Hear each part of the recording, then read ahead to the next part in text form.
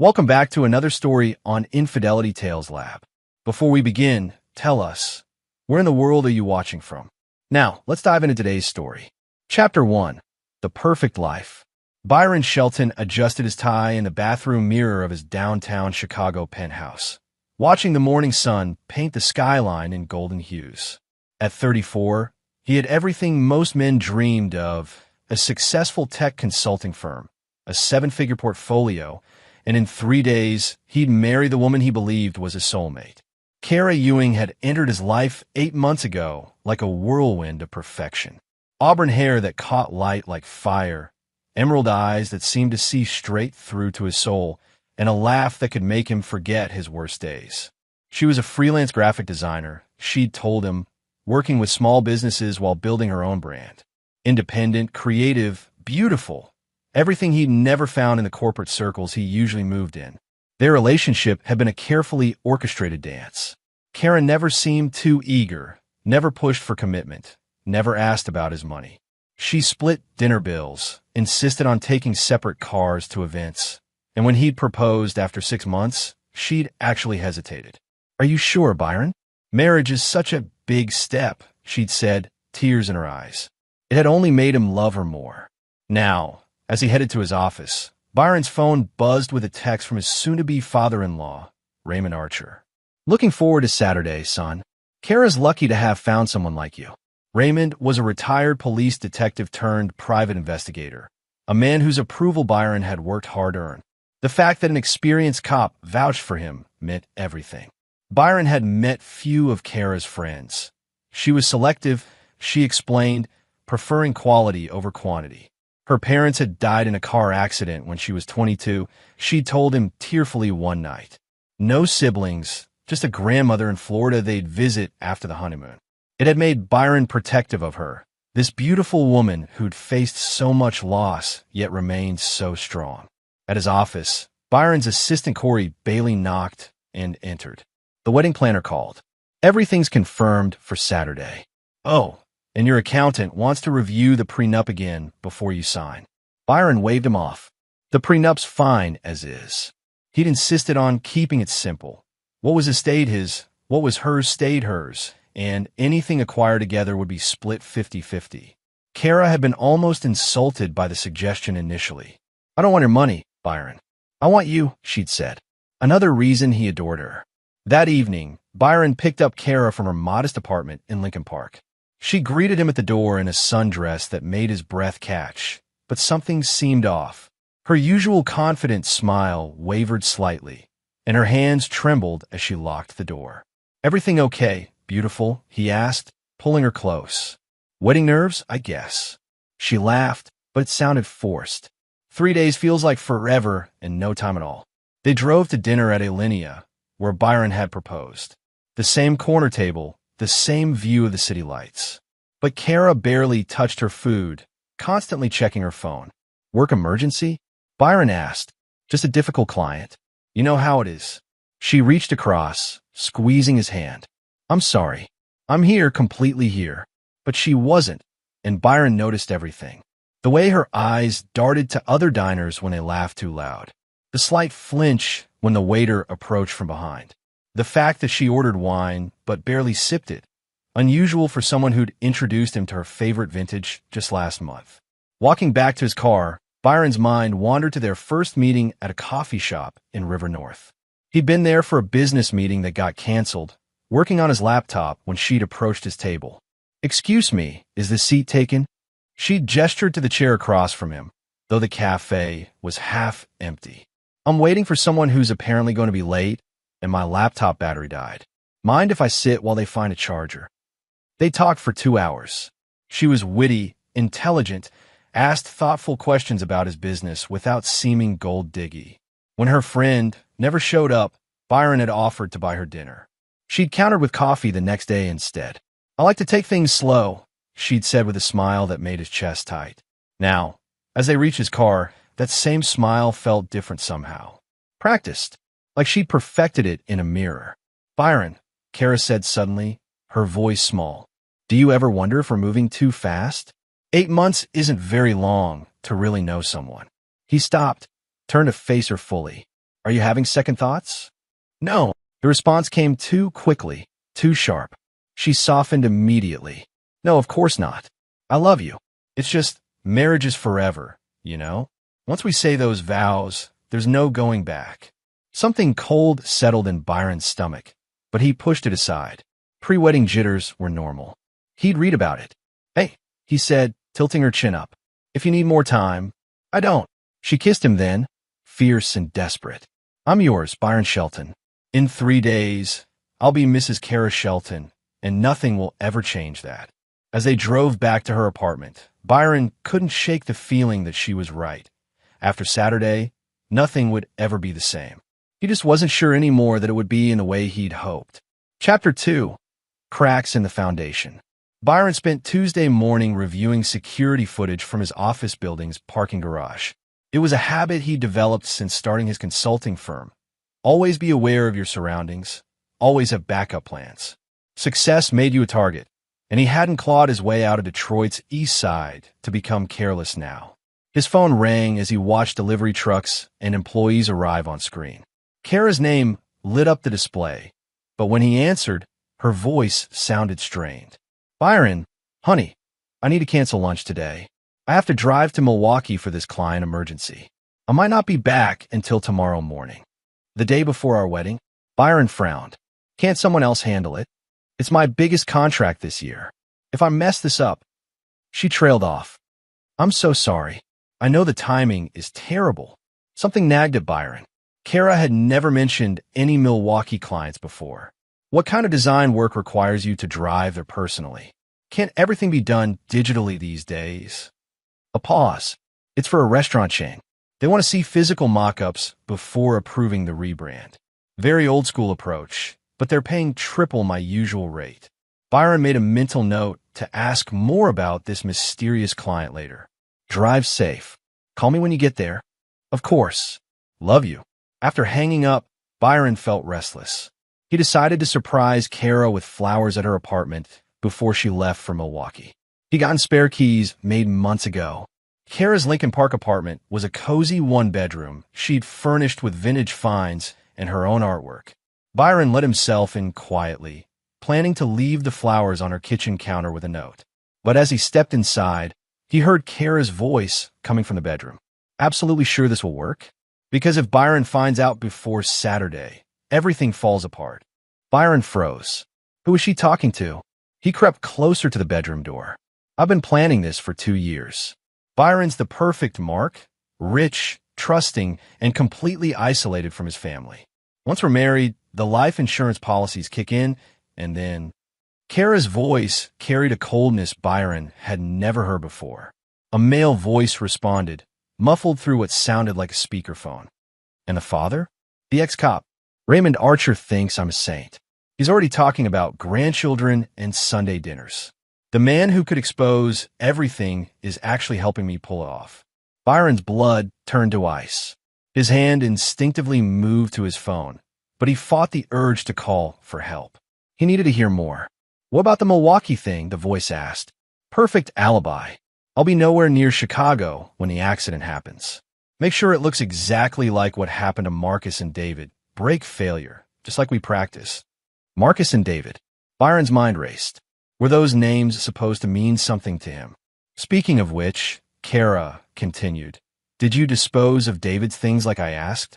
That watch could be traced back to me. Everything's gone, including his laptop with all those love letters you had him write. Kara laughed, a sound that made Byron's skin crawl. God, he was so pathetic. I've never felt love like this, Kara. You complete me. Almost felt bad taking his money. Almost. David Chun was worth $3 million. Marcus Williams was worth 2.5. Byron's worth $5 million, not counting the business. A girl's got to eat.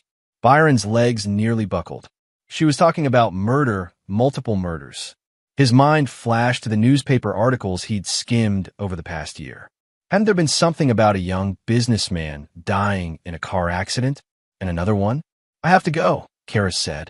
Need to pack for Milwaukee and call Byron back. He's getting suspicious about the client story. Just stick to the plan. Friday night, brake line gets cut. Saturday morning, Tragic accident on his way to pick up the wedding rings. You're devastated, collect the insurance, and we're set for life. Byron backed away from the door, his heart hammering so loud he was sure they'd hear it. He made it to the front door just as Kara's bedroom door opened. Byron, her voice carried perfectly, surprised, delighted.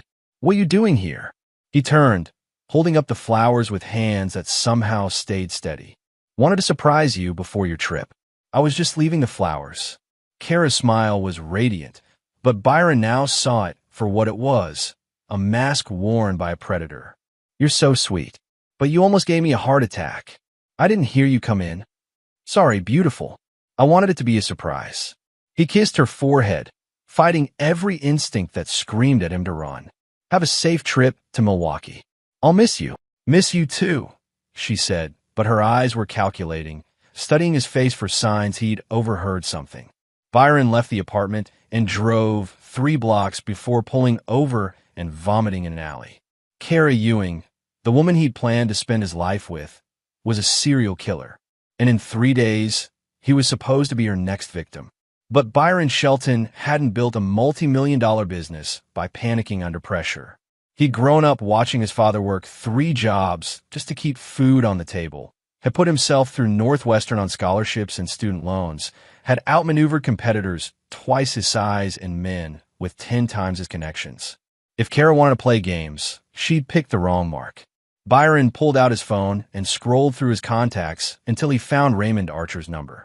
If anyone would know how to catch a killer, it would be a former detective. But first, he needed to be smart about this. Kara expected him to die Friday night. Instead, Friday night would be when her carefully laid plans began to crumble. Chapter 3: The Detective's Dilemma. Raymond Archer was cleaning his service weapon when Byron's call came through. 30 years on the force had taught him to recognize desperation in a man's voice, and Byron Shelton sounded like a man balanced on a knife's edge. Raymond, I need to see you. Tonight. It's about Kara. What about her? Is she okay? Just meet me at O'Malley's on Clark Street. Come alone. Raymond arrived at the dimly lit pub to find Byron hunched over a whiskey, his usual confident demeanor replaced by something haunted. The younger man looked up as Raymond slid into the booth across from him. She's not who we think she is, Byron said without preamble. Raymond studied Byron's face. No signs of intoxication despite the glass in front of him. No obvious physical injuries. But something had shaken this man to his core. Start from the beginning. Byron recounted what he'd overheard at Kara's apartment, watching Raymond's expression shift from skepticism to alarm to cold professional focus. When Byron finished, Raymond sat in silence for a long moment. Marcus and David, Raymond said finally. I remember those cases. Marcus Williams, car accident 6 months ago. David Chun, similar accident 4 months before that. Both young, wealthy, both had recently gotten engaged. To Kara. Different names, but Raymond pulled out his phone. Scrolling through notes, he kept on old cases that had bothered him. Marcus was engaged to a Laura Stone. David to a Caitlin Edwards. Both women were graphic designers. Both had lost their parents young. Byron's hands clenched into fists. How many others? I'll need to check. But Byron, we can't just call this in. Everything you heard is hearsay. She could claim you misunderstood, that you're having cold feet and trying to sabotage the wedding. So what do we do? Raymond leaned forward. We get evidence. Real evidence. And we need to be smart about it, because if she realizes we're onto her. He let the implications hang between them. She thinks I'm going to die Friday night. Car accident, brake failure. Byron's voice was steady now, the shock replaced by cold determination. What if we let her think her plan worked? Raymond studied the younger man. In 3 decades of police work, he'd seen plenty of civilians crack under pressure. But Byron Shelton wasn't cracking. He was adapting. What are you thinking? I survived Friday night. But Kara doesn't know that. We make her think I'm dead, see what she does next. Maybe she gets careless, contacts her partner, tries to collect insurance money. Meanwhile, you investigate the other deaths officially. That's dangerous as hell. If she realizes you're alive, then we better make sure she doesn't. Byron finished his whiskey. I didn't get where I am by playing it safe, Raymond. And I sure as hell didn't survive growing up in Detroit by backing down from bullies. Raymond saw something flicker in Byron's eyes, something hard and unforgiving. This wasn't just about saving his own life anymore. This was about justice for Marcus and David and however many others Kara had killed. There's something else, Raymond said slowly. I need to tell you about my daughter. Byron looked up sharply. She's not my biological daughter. I've been waiting for the right time to mention it. Didn't want to complicate things before the wedding. Raymond's weathered hands wrapped around his beer. 26 years ago, I responded to a domestic violence call. Woman named Sarah Ewing and her 5-year-old daughter. Mother was beaten half to death. Father was long gone. Sarah died in the hospital 3 days later. Byron felt the world tilt. Kara, the little girl, went into the system. I tried to keep track of her, but she disappeared from foster care when she was 16. Next time I saw her was 2 years ago when she walked into that coffee shop where you were having a meeting. You're saying she targeted me specifically? Knew who you were? I'm saying Kara Ewing has been planning something a lot longer than 8 months. Raymond's jaw tightened. And I think I know why. Byron's phone buzzed with a text from Kara. Safely in Milwaukee. Miss you already. See you Friday night for our rehearsal dinner. Can't wait to be your wife. Red heart. The heart emoji looked like a drop of blood on the screen. Friday night, Byron said, showing Raymond the message. She want me to believe everything's normal right up until the end, which gives us 2 days to build a case and set our own trap. Raymond stood up. I still have contacts in the department. I can get the files on Marcus and David reopened quietly. You need to act normal, but start documenting everything. Phone calls, text messages, any evidence of her real identity. And if we can't get enough evidence by Friday, Raymond's expression hardened and Byron saw the cop he used to be. Then we get creative. My duty was always to protect and serve, even if it meant bending rules. Some people don't deserve the benefit of legal technicalities. Byron nodded, understanding passing between them. She made one mistake. What's that? She picked a target with a cop for a father-in-law. Byron stood, and Raymond saw the transformation beginning. The mild-mannered tech executive was being replaced by something sharper, more dangerous. She wants to play predator and prey? Fine, but she's about to learn that sometimes the prey bites back. As they left O'Malley's separately, no need to be seen together if Kara had them under surveillance. Raymond couldn't shake the feeling that he'd just unleashed something that might be more dangerous than the woman who'd been planning to kill his daughter's fiancé. But Marcus Williams and David Chun deserve justice. And if Kara Ewing thought she could use his love for her to destroy a good man, she was about to discover how wrong she could be. Chapter 4. The Hunt Begins. Byron's tech consulting firm occupied the top 3 floors of a LaSalle Street high-rise, a testament to his journey from scholarship kid to self-made millionaire. Wednesday morning found him in his private office, but instead of reviewing client contracts, he was planning something far more personal. He'd spent the sleepless night after meeting Raymond researching everything he could find about Marcus Williams and David Chun. What he discovered made his blood run cold. Marcus Williams, 29, founder of a successful app development company, engaged to Laura Stone, a graphic designer, died in a single-car accident when his brakes failed on Lakeshore Drive.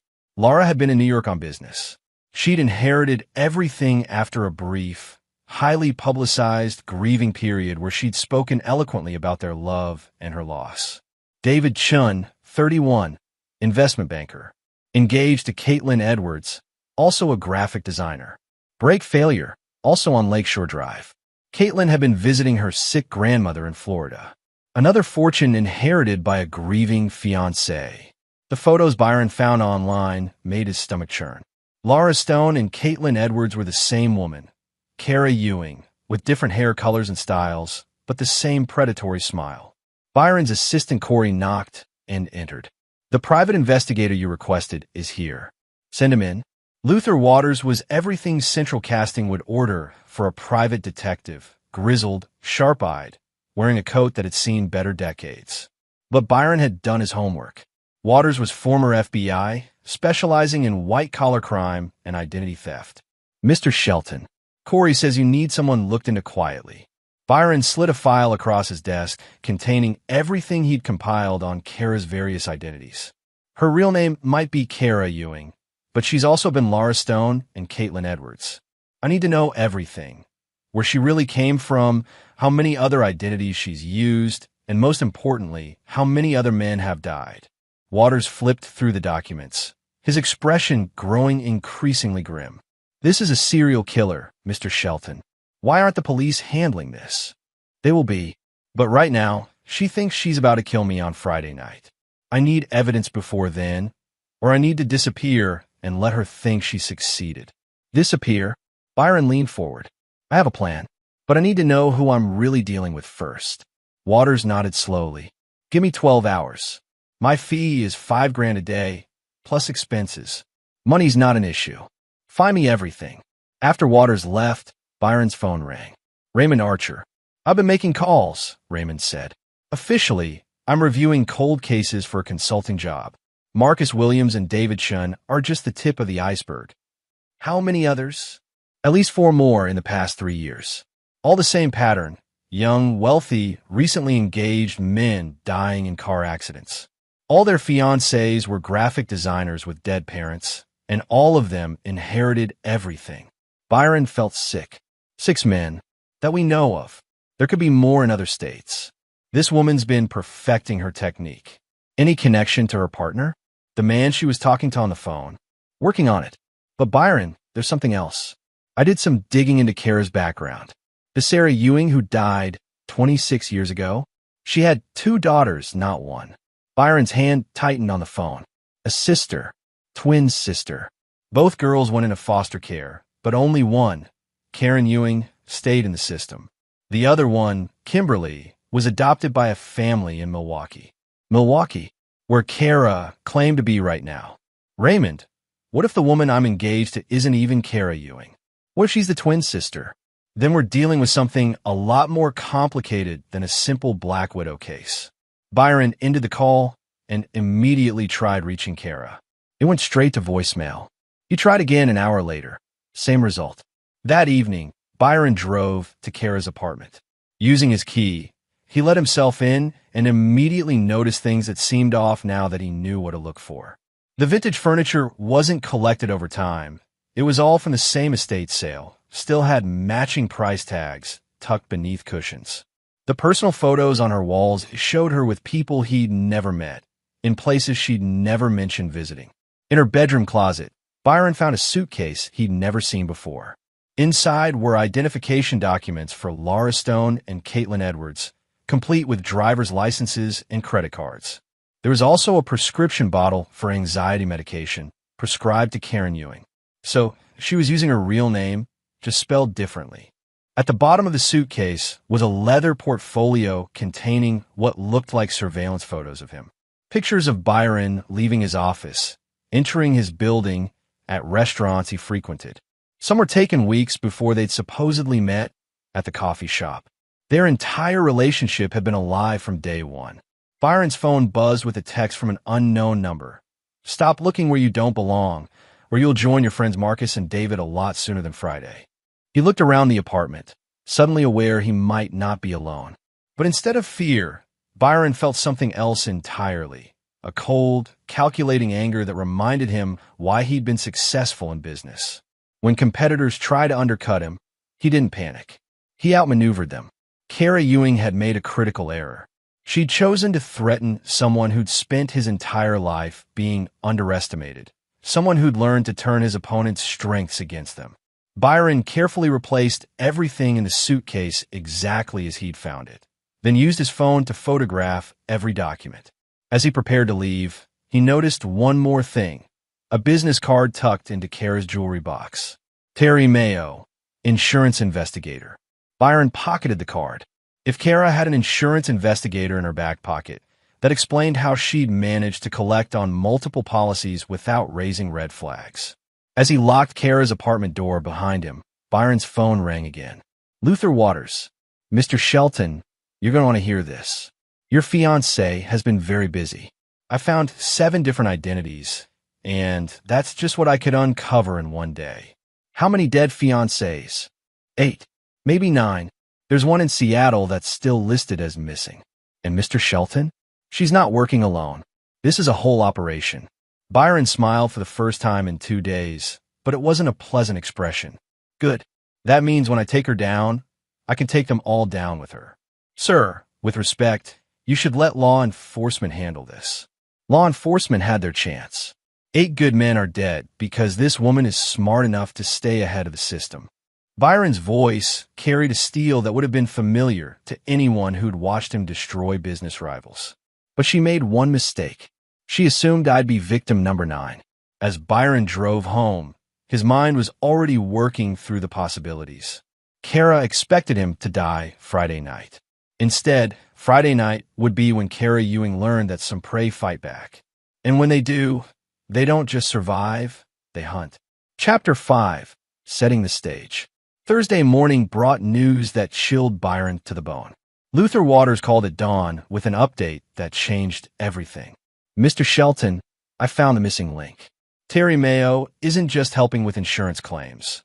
He's her partner in every sense of the word. They've been running this con for 5 years, and it's not just about money anymore. Byron sat up in bed, instantly alert. What do you mean? I tracked their communications. They're not just killing for inheritance money. They're selling information about their victims' businesses to competitors, using their access to steal client lists, trade secrets, even insider trading information. Marcus Williams' app concept showed up in a competitor's product 6 months after he died. David Chin's investment strategies were being used by a rival firm within weeks of his death. So they're not just killers, they're corporate spies. Gets worse. I found evidence they've been blackmailing other wealthy men they didn't kill. Men who figured out what they were doing, but were too scared to come forward. Byron's mind raced through the implications. How many people are involved in this? At minimum 4. Kara, Terry Mayo, someone in Milwaukee who provides alibis and false identities, and someone inside the Chicago PD who makes sure investigations into these accidents don't go too deep. A dirty cop. Has to be. These brake failure accidents are too clean, happen too conveniently. Someone's making sure the right evidence disappears and the wrong questions don't get asked. Byron ended the call and immediately phoned Raymond. We need to meet. Now. They convened at a 24-hour diner in Cicero, far from anywhere Kara or her associates might spot them. Raymond looked like he'd aged 5 years overnight. I've been thinking about this all night, Raymond said. If there's a dirty cop involved, we can't trust anyone in the department. We're on our own. Good, Byron replied. I prefer working with people I trust completely. Byron, son, I need to ask you something directly. Are you thinking about taking justice into your own hands here? Byron met the older man's gaze steadily. I'm thinking about making sure no other good man dies because of that woman. Whatever that takes. Raymond nodded slowly.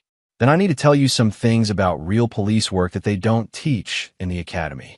For the next hour, Raymond walked Byron through the realities of evidence collection, surveillance, and what it really took to catch criminals who were smart enough to stay ahead of the system. It wasn't always about following rules. Sometimes it was about being smarter and more ruthless than the people you were hunting. The brake line sabotage will happen tomorrow night, Raymond explained. They'll wait until you're asleep, then cut the lines so the failure happens when you're driving Saturday morning. We need to catch them in the act, or we let them think they succeeded. Byron's voice carried a note that made Raymond reassess the man across from him. What if Byron Shelton dies in that car accident, but someone else survives to hunt them down? Thursday afternoon, Byron called a meeting with his business attorney, Mark Cameron. Cameron was one of the few people Byron trusted completely. They'd met at Northwestern, roommates who'd helped each other survive law school and business school respectively. Mark, I need you to execute Plan B. Cameron looked up sharply. Plan B was something they developed years ago as a worst-case scenario protection strategy, a way to make Byron Shelton legally disappear while preserving his assets under a different identity. Byron, what's happened? Byron explained everything, watching his oldest friend's expression grow increasingly grim. So Friday night, Byron Shelton dies in a car accident, Cameron said slowly. But Kenneth Shelton, your cousin who's been living overseas for years, returns to Chicago to settle the estate. Exactly. Kenneth inherited everything through a trust we established last year. Kenneth also happens to look remarkably like Byron, just with different hair and a beard. And Kenneth Shelton has every legal right to investigate his cousin's suspicious death, especially when he discovers his cousin was about to marry a woman with multiple identities and a history of dead fiancés. Cameron leaned back in his chair. This is incredibly dangerous, Byron. If they discover you're alive before you can expose them, then I better make sure they don't. That evening, Byron received a call from Kara. Her voice bubbled with excitement, but he could hear the strain underneath. Byron, Milwaukee went perfectly. The client loved everything. I'll be back tomorrow afternoon, just in time for our rehearsal dinner. Can't wait to see you, beautiful. I've been thinking about our conversation the other night. About taking things slow. Kara's voice dropped to a whisper. After Saturday, we'll have forever to take things as slow as we want. The threat was subtle but unmistakable. After Saturday, in her mind, he'd be dead. Forever sounds perfect, Byron replied. Sweet dreams, Kara. After hanging up, Byron sat in his penthouse looking out at the city lights. Somewhere out there, Marcus Williams and David Chun had spent their last nights alive, probably excited about their upcoming weddings, probably texting their fiancés goodnight messages just like he had. But unlike them, Byron Shelton knew what was coming. And unlike them, he had no intention of going quietly. Byron opened his laptop and began typing a detailed letter. Everything he discovered, everything he suspected, and instructions for what to do if something went wrong. He sealed it in an envelope addressed to his attorney with instructions not to open it unless Byron failed to contact him by Sunday night. Then he began the careful process of becoming Kenneth Shelton. Hair dye, colored contacts, temporary facial hair. By morning, Byron Shelton would be ready to die, and Kenneth Shelton would be ready to hunt. Chapter 6. The Perfect Crime. Friday arrived with unseasonably warm October weather, the kind of day that should have filled Byron with joy about his upcoming wedding. Instead, he spent the morning in his office finalizing the details of his own fake death. At precisely 2 p.m., Byron's phone rang. Kara, right on schedule. I'm back. Her voice was bright, animated. Can you pick me up at the airport? I know you're busy, but I missed you so much. Of course. O'Hare or Midway? O'Hare. Terminal 3. I'll be at baggage claim. Another lie. Luther Waters had confirmed that no flights from Milwaukee had arrived at O'Hare that afternoon. Kara was already in Chicago, probably had been the entire time. Byron drove to the airport, spotting Kara immediately despite her new blonde hair, a detail she hadn't mentioned on the phone. She ran to him like a woman in love, but Byron noticed how her eyes scanned the terminal constantly, watching for threats or witnesses. You changed your hair, he said as they embraced. Wanted to surprise you. Do you like it? She spun around, and Byron forced himself to smile convincingly. Beautiful. You're always beautiful. During the drive back to her apartment, Kara chattered about her fictional Milwaukee trip, providing details that would have convinced anyone who wasn't listening for inconsistencies. But Byron caught them all. She mentioned snow that hadn't fallen, restaurants that didn't exist, clients whose businesses weren't registered in Wisconsin. I'm so tired, she said as they reached her building. Mind if I take a nap before tonight? I want to be perfect for our rehearsal dinner. Of course. I'll pick you up at 7. Actually, Kara touched his arm, her fingers like ice despite the warm day. Why don't you meet me at the restaurant? I might run a little late, hair appointment and all. Byron nodded, understanding. She wanted him to drive alone to the restaurant, so her partner could sabotage his car in her building's parking lot. At 5 p.m., Byron called Raymond from a burner phone he'd purchased that morning. It's happening tonight. She want me to drive separately to dinner so they can cut my brake lines in her parking lot. Are you sure about this plan? Too late for second thoughts. Byron was in his bathroom, applying the final touches to his Kenneth Shelton transformation. The man in the mirror looked enough like him to be a cousin, but different enough that casual observers wouldn't immediately recognize Byron. By midnight tonight, Byron Shelton will be dead, and Kenneth Shelton will be flying back from London to settle his cousin's estate. And if something goes wrong, then arrest Kara Ewing for the murder of Byron Shelton and let the system handle the rest. At 6:30 p.m., Byron drove his Tesla Model S to Kara's building and parked exactly where she'd expect him to. The parking garage's security cameras had mysteriously malfunctioned earlier that day. Luther Waters had verified the timing. Someone had definitely planned this carefully. Byron took the elevator to the building's roof access, then used the fire escape to reach his actual car, a rental sedan he'd parked 2 blocks away under Kenneth Shelton's driver's license. From his position across the street, he watched through high-powered binoculars as a man in maintenance coveralls entered the parking garage. Terry Mayo looked exactly like Byron had imagined. Average height, forgettable face, the kind of man who could blend into any crowd.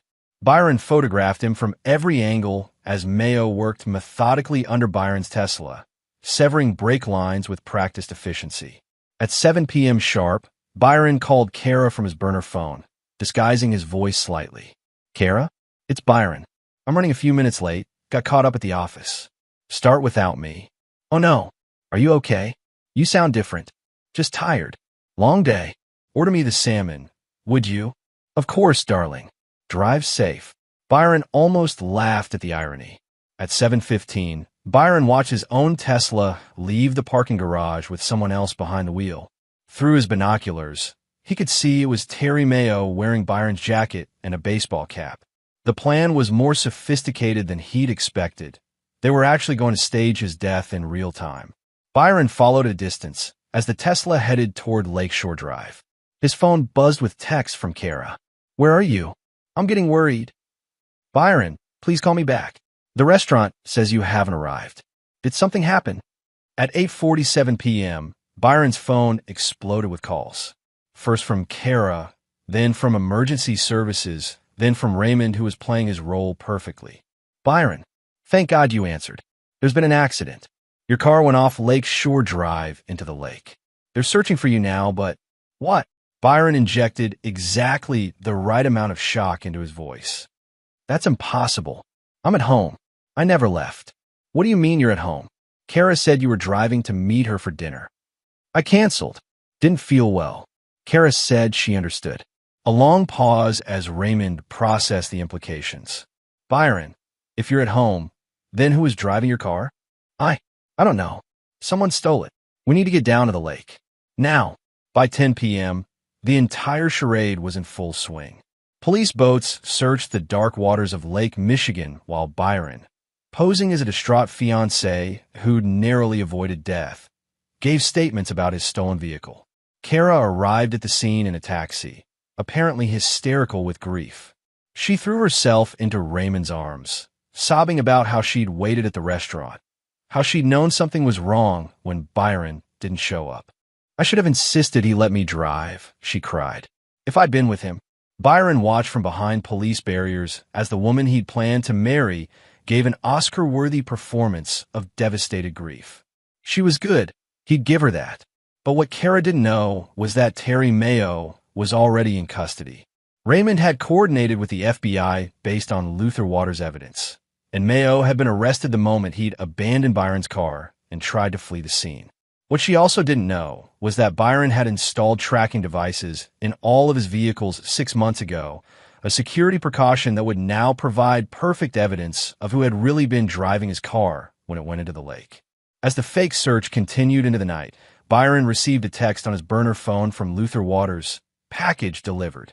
Kenneth Shelton's flight records show he landed at O'Hare 3 hours ago. Byron Shelton was officially dead. Kenneth Shelton had inherited everything, and Kara Ewing was about to discover that her perfect crime had been turned into the perfect trap.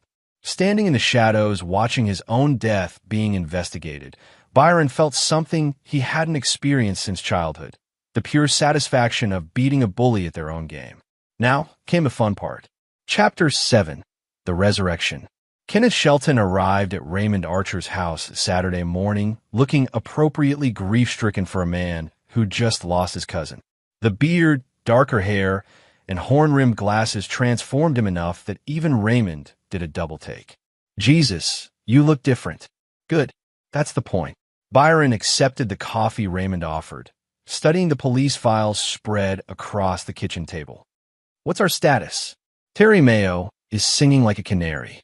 Turns out when you face federal charges for multiple murders, loyalty becomes negotiable." Raymond flipped through pages of testimony. The operation is bigger than we thought. They've been targeting wealthy bachelors across 6 states for the past 5 years. How many victims total? Confirmed? 12. Suspected? At least 18. Raymond's jaw tightened, and Mayo confirmed what we suspected about the dirty cop. Detective Wilcherry has been burying evidence and steering investigations away from the pattern. Byron studied photos of Terry Mayo, a weak-faced man in his 40s who looked like he'd never had an original thought in his life. What's his relationship to Kara? Common-law husband. They've been together since they aged out of foster care. Started small, pickpocketing, credit card fraud, then graduated to romance scams. The killing didn't start until 3 years ago when one of their marks figured out the con and threatened to expose them. So they killed him to keep him quiet and realized dead men tell no tales and leave bigger payouts. Mayo says it was Kara's idea to make it their primary business model. Byron absorbed this information, feeling his resolve harden further. Kara hadn't just stolen money from her victims. She'd stolen their futures, their dreams, their chance at real love. Where is she now? Playing the grieving widow. She spent last night at the police station, giving statements and demanding they drag the lake for your body. Oscar-worthy performance, according to the officers who interviewed her. And the wedding? Canceled, obviously. She's told everyone she's too devastated to think about celebration. She's even asked the church to hold a memorial service instead. Byron almost had to admire the audacity. Kara was going to attend his own memorial service and play the grieving bride-to-be. Here's what we're going to do, Byron said, pulling out a detailed plan he'd spent the night perfecting. Kenneth Shelton is going to attend that memorial service. He's Byron's grief-stricken cousin from London, here to settle the estate and find out what really happened to his beloved family member. Raymond studied the documents Byron handed him. You've thought this through. I've had practice outthinking people who underestimate me. Byron's smile was sharp. Kara's about to learn that her perfect victim was actually her worst nightmare. Saturday evening, Memorial Methodist Church was packed with mourners. Byron had been more social than he'd realized. Colleagues, clients, neighbors, even his old Northwestern classmates had come to pay their respects. It would have been touching if it weren't completely fake. Byron entered the church as Kenneth Shelton just as the service began, taking a seat in the back where he could observe without being obvious. Kara sat in the front row wearing black Valentino, her blonde hair perfect, her grief absolutely convincing to anyone who didn't know better. Pastor Garrett Maynard spoke eloquently about Byron's life, his journey from poverty to success, his charitable work, his devotion to family. Byron had to fight back genuine emotion listening to his own eulogy. Then Kara took the podium. She began, her voice breaking perfectly. He was the kindest man I'd ever met. He saw good in everyone, trusted completely, maybe too completely. The irony was suffocating. 3 days ago, we were planning our future together. We talked about children, about growing old together, about all the adventures we'd have. Tears streamed down her face, real tears, which Byron found disturbing. I keep thinking, if only I'd insisted on driving with him. If only I'd said the right thing to make him stay home that night. She paused, composing herself with visible effort. But I know Byron wouldn't want us to dwell on tragedy. He'd want us to celebrate the love we shared, the time we had together, however brief it was. Byron watched the congregation nod sympathetically, completely taken in by her performance. If he didn't know better, he'd believe her too. After the service, Kenneth Shelton approached Kara during the reception in the church basement. Ms. Ewing? I'm Kenneth Shelton, Byron's cousin. Kara looked up with red-rimmed eyes, studying Kenneth's face with an intensity that made Byron glad for his disguise. Kenneth, Byron mentioned you. You live in London. I did. I'm back now to settle his affairs. Kenneth's British accent was perfect, something Byron had perfected during a year abroad at Cambridge. I'm sorry for your loss. Byron spoke of you constantly in our phone calls. He was a wonderful man. Kara dabbed at her eyes with a tissue. I still can't believe he's gone. The police investigation, do they have any leads on who might have stolen his car? Something flickered behind Kara's eyes. I think they believe it was just random. Car thieves, you know. Wrong place, wrong time. Kenneth appeared to consider this. Strange that car thieves would steal a vehicle just to crash it into the lake. Usually they want to strip it for parts or sell it overseas. I don't really understand criminal motivations. I'm just trying to get through each day. Byron saw it then, the moment when Kara realized Kenneth Shelton might not be the grieving cousin he appeared to be. Her smile became more calculated, her posture more defensive. I should let you grieve privately, Kenneth said, backing away smoothly. Perhaps we could have coffee sometime this week? I'd love to hear more stories about Byron. It would help with the funeral arrangements. Of course. I'd like that. As Kenneth walked away, Byron caught Kara immediately pulling out her phone. She was texting someone, her fingers moving urgently across the screen. Byron smiled behind his fake beard. Kara was starting to worry, and worried criminals made mistakes. By Sunday morning, Kenneth Shelton would begin asking very uncomfortable questions about his cousin's death. Questions that would force Kara and her partners to either run or fight. Byron was counting on them choosing to fight, because when they did, he'd be ready. Chapter 8. The Trap Springs. Sunday morning brought chaos to Kara's carefully constructed world. Kenneth Shelton had spent Saturday night doing everything a suspicious cousin might do, filing wrongful death suits, demanding police reports, and most dangerously, hiring Luther Waters to investigate Byron's death privately. Byron watched from his rental car as Terry Mayo arrived at Kara's apartment building, his movements urgent and panicked. Through his listening device planted in Kara's living room, Byron heard their conversation clearly. He's not going away. Terry's voice was high with stress. This Kenneth guy is asking too many questions. He's already got lawyers looking into the insurance policies. Calm down. Kara's voice carried its familiar coldness. Kenneth Shelton is just a grieving relative. We can handle one man. Can we? Because he's already connected Marcus and David's deaths to Byron's. Luther Waters is good. Too good. He's found financial connections we thought we'd buried. Byron smiled grimly. Waters had indeed found the connections because Byron had given them to him. Then we eliminate the problem, Kara said simply. Kenneth Shelton came back from London to investigate his cousin's death. Tragic that he'll die in the same type of accident. Kara, we can't just keep killing people. The pattern dies with Kenneth. After that, we disappear. We've got enough money to vanish completely. What about Detective Cherry? He's starting to ask questions too. Well, Cherry has taken enough of our money over the years. If he's having second thoughts now, maybe it's time he had an accident too. Byron's blood ran cold. They were planning to kill Raymond. Speaking of which, Kara continued, where did you dump Byron's car? The police haven't found it yet. Bottom of Calumet Harbor, like always. 40 feet down in the shipping channel. They'll never find it. Byron had to hand it to them. They'd perfected their system. No wonder previous investigations had failed. His earpiece crackled with Luther Waters' voice. Teams are in position. We have Mayo, Kara, and Detective Cherry under surveillance. Raymond is secure. Byron spoke into his throat mic. They're planning to kill Kenneth today and Raymond tomorrow. We need to move now. Copy that. FBI is standing by. Byron drove to Northwestern Memorial Hospital, where Kenneth Shelton was about to suffer a very public nervous breakdown that would require immediate psychiatric evaluation. It was the perfect excuse to disappear for 48 hours while the FBI rounded up the conspirators. But as Byron walked through the hospital parking lot, his phone rang. Kara's number. Kenneth? Her voice was sweet, concerned. This is Kara Ewing, Byron's fiancé. I was wondering if you'd like to come by for dinner tonight. I'm cooking Byron's favorite meal, and I thought, well, it might help us both with the grieving process. The trap was being set, but Byron realized Kara was setting one for him just as he was setting one for her. That's very kind of you, Kara. What time? 7?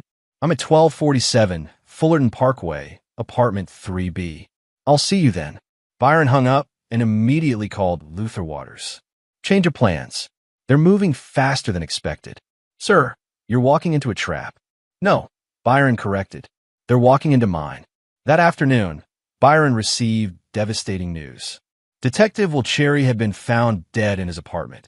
Apparent suicide, with a note confessing to taking bribes, but claiming no knowledge of any murders. It was clean, convenient, and obviously staged. "They're eliminating witnesses," Raymond told him over encrypted radio.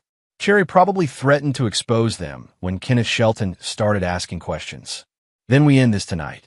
Byron arrived at Kara's building at exactly 7 p.m., Kenneth Shelton's grief-stricken expression firmly in place. But beneath the fake beard and colored contacts, his eyes were hard as diamonds. Kara met him at her apartment door, wearing a simple black dress that made her look vulnerable and innocent. The sight of her might have broken Byron's heart if he hadn't known what lay beneath the surface. "Kenneth, thank you for coming. I know this is difficult." The apartment smelled like Byron's favorite meal, osso buco with risotto, something Kara had prepared for him dozens of times. She'd even opened a bottle of the expensive Burlo he'd introduced her to. "It smells wonderful," Kenneth said, accepting the wine glass she offered. "Byron always said you were an amazing cook." He was too kind. Kara settled onto the couch beside him, close enough that he could smell her perfume. The same perfume that had driven him crazy when they'd first met. "Tell me about growing up with Byron. I'd love to hear stories." For 20 minutes, Byron spun tales about a fictional childhood with his cousin, watching Kara's face for signs she suspected anything. She was good, attentive, asking follow-up questions, playing the part of a woman genuinely interested in her dead lover's family. But Byron noticed she wasn't drinking her wine, and when she thought he wasn't looking, she checked her watch frequently. "You know," Kara said suddenly, "Byron told me you work in international finance. That must be fascinating. It has its moments. Mostly boring, really. Numbers and spreadsheets. Still, you must travel constantly. See amazing places, meet interesting people." Her hand touched his arm lightly. "Ever get lonely?" And there it was, the setup Byron had been waiting for. Kara was already planning her next con, sizing up Kenneth Shelton as a potential replacement for Byron. "Constantly," Kenneth replied sadly. "Especially now. Byron was really the only family I had left." Byron watched Kara's eyes light up with predatory interest. A wealthy, lonely man devastated by grief? Perfect target. But Byron's earpiece crackled with urgent words from Luther Waters. "Abort. Abort. Terry Mayo escaped federal custody 20 minutes ago. He's armed and heading toward your location." Byron's wine glass slipped from suddenly nerveless fingers, shattering on Kara's hardwood floor. "Oh no." Kara jumped up. "Let me get that." As she bent to clean the glass, Byron saw her smile, cold, triumphant, and absolutely terrifying. "You know, Kenneth," she said without looking up, "I have a confession to make. I know exactly who you really are." Byron's hand moved instinctively toward the gun hidden under his jacket, but Kara was faster. When she straightened, she held a small pistol aimed directly at his chest. "Hello, Byron.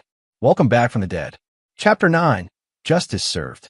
Byron raised his hands slowly, his mind calculating distances and angles. Kara held the gun professionally, not her first time threatening someone with deadly force. "When did you know?" he asked, genuinely curious despite the circumstances. "The memorial service. You did a good job with the disguise, but I've spent months studying every detail of your face, your mannerisms, your voice. Plus, Kenneth Shelton's passport shows he's been in London continuously for the past year. Hard to fly back for a funeral when you never left. Impressive research. I'm thorough. It's why I've stayed ahead of people like you for so long." Kara moved closer, the gun never wavering. "The real question is, how long have you known about me?" "Since Tuesday. I overheard your phone call with Terry." Kara's composure cracked slightly. "You've been playing me for 3 days? Learn from the best, apparently." "Terry should be here any minute," Kara said, checking her watch again. "Once he arrives, we'll stage Kenneth Shelton's suicide." Grief-stricken cousin couldn't handle losing the last of his family. Very touching. Byron laughed, a sound that made Kara step back. "You still don't understand, do you? Terry Mayo was arrested yesterday night. He's in federal custody, probably telling investigators everything he knows about your little operation." "You're lying. Detective Wilcherry is dead. Apparent suicide, but we both know you killed him when he became a liability." Byron took a small step to his left, closer to the kitchen island. How many others, Kara? How many people have you murdered besides the men you conned? Only people who got in the way. Her mask was slipping, revealing something cold and reptilian underneath. Marcus was supposed to be a simple con until he hired a private investigator to check my background. David figured out I'd stolen his client list and threatened to go to the police. They made their choices. And the others? Collateral damage. She shrugged, as casual as discussing the weather. This world eats people alive, Byron. I just learned to bite first. Byron saw movement outside the apartment window, FBI agents taking position. But Kara's attention was fixed entirely on him now, her finger tightening on the trigger. You want to know the funny thing? Kara continued. I actually like you more than the others. You were smarter, more challenging. Under different circumstances, I might have kept you around longer. How generous. Don't be sarcastic. It doesn't suit you. Her voice turned wistful. We could have been something real, you and I. If you just died quietly like you were supposed to. Byron shifted his weight, preparing to move. There's something you should know about me, Kara. I don't die quietly. The apartment's front door exploded inward as FBI agents stormed in. Kara spun toward the sound, and Byron launched himself over the kitchen island, tackling her to the ground. The gun discharged harmlessly into the ceiling as they struggled. But Kara was stronger than she looked, and Byron found himself fighting for his life against someone trained in violence. She clawed at his eyes, drove her knee toward his groin, fought with the desperate strength of someone who had everything to lose. Federal agents, drop your weapon. Kara managed to break free from Byron's grip and rolled toward where her gun had fallen. Byron saw her fingers close around the handle just as Raymond Archer appeared in the doorway, his own service weapon drawn. Don't do it, Kara. She looked up at Raymond with eyes full of hatred. You pathetic old fool. You actually thought I cared about you? Thought I wanted you as a father. I know exactly what you are, Raymond replied steadily. What I don't understand is why. Why? Kara laughed bitterly. You want to know why? Because people like you and Byron have everything handed to you, while people like me fight for scraps. You get love, family, success, and what do we get? Foster homes and abuse and a system that throws us away. So you decided to throw away other people instead. I decided to take what I deserve. Kara raised her gun toward Raymond. Byron moved without thinking, throwing himself between them just as Kara fired. The bullet meant for Raymond caught Byron in the shoulder, spinning him around. But his momentum carried him into Kara, and this time when they went down, FBI agents were there immediately to restrain her. Byron! Raymond knelt beside him as paramedics rushed in. Why did you? Because you're going to be my father-in-law, Byron said weakly. Someday, when I find someone worth marrying. As paramedics worked on Byron's shoulder, he watched FBI agents read Kara her rights. She was no longer beautiful to him, just a predator in expensive clothing finally caught. 12 men, he told Raymond as they loaded him into the ambulance. She killed 12 good men who just wanted to love someone. Not anymore, Raymond replied grimly. Federal prosecutors are talking death penalty. Between Mayo's testimony and the evidence we collected, she'll never hurt anyone again. 6 weeks later, Byron sat in his penthouse reading news coverage of Kara Ewing's trial. Terry Mayo had testified in exchange for life without parole, detailing how they'd murdered 18 men across 5 years. The insurance companies were investigating hundreds of fraudulent claims. 3 more corrupt officials had been arrested. Kara herself had maintained her innocence throughout, claiming Byron had fabricated everything because she'd rejected his advances. But the evidence was overwhelming. Financial records, surveillance footage, DNA evidence linking her to multiple crime scenes. The jury had deliberated for less than 4 hours before returning guilty verdicts on all counts. Byron's shoulder had healed completely, though he still felt phantom pain when he thought about what might have happened to future victims if they hadn't acted. Kenneth Shelton had quietly died in a London hospital, and Byron Shelton had miraculously survived his car accident, a detail the media had found touching rather than suspicious. His phone rang as he read about Kara's sentencing. Raymond Archer, Death penalty, Raymond said simply. Unanimous jury recommendation. Good. Byron felt no satisfaction, just a sense of completion. What happens now? Now you get on with your life. Find someone real to love. Have those kids you talked about. Byron looked out at the Chicago skyline, the same view he'd admired the morning this had all started. Maybe someday. Right now, I think I need to learn how to trust again. For what it's worth, son, you did the right thing. 18 families have closure because you were brave enough to fight back. After ending the call, Byron opened his laptop and began typing an email to Marcus Williams' mother and David Chen's father.